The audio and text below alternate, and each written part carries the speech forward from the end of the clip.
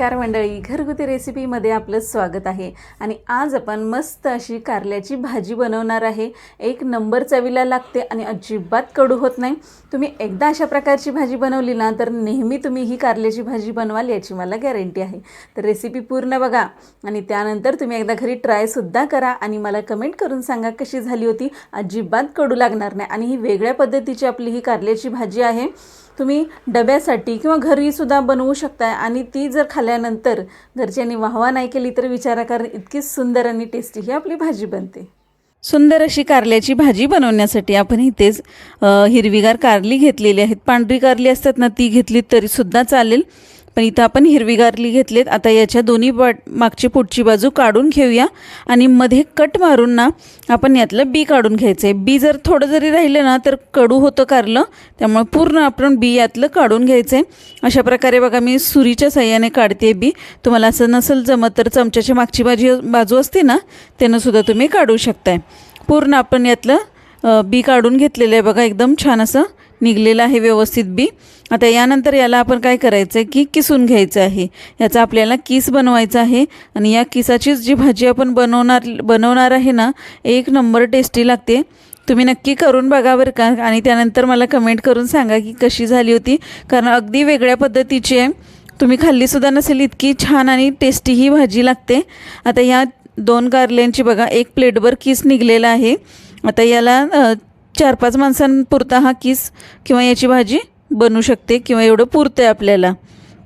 आता याच्यात मी लागलेच ना कांदा वगैरे पण चिरून घेते। 3 बघा ह्या साईजचे 3 कांदे मी चिरून घेणार आहे बारीक एकदम।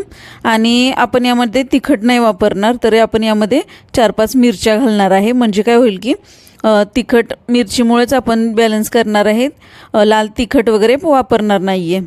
आता कढई घेतलेली आहे मी, कढईमध्ये थोडंसं तेल घालून घेते, 2 पळी मोहरी घालायचे, जिरं घालायचे, चांगलं तडतडलं की मग आपण यामध्ये थोडासा हिंग घालायचा आहे। नंतर या मिरच्या मी घालून घेते, त्यासोबत कांदा पण चिरला होता तो कांदासुद्धा यामध्ये घालून घेते। छान असं परतवायचं आहे, एकदम लालसर कांदा झाला पाहिजे आपला। अशा पद्धतीने आपण हा कांदा परतवून घ्यायचा आहे। कांदा ओला असला की जास्त वेळ लागतो थोडा परतवायला, पण छान असं परतवल्याशिवाय आपण पुढची प्रोसेस करायची नाही आहे बघा।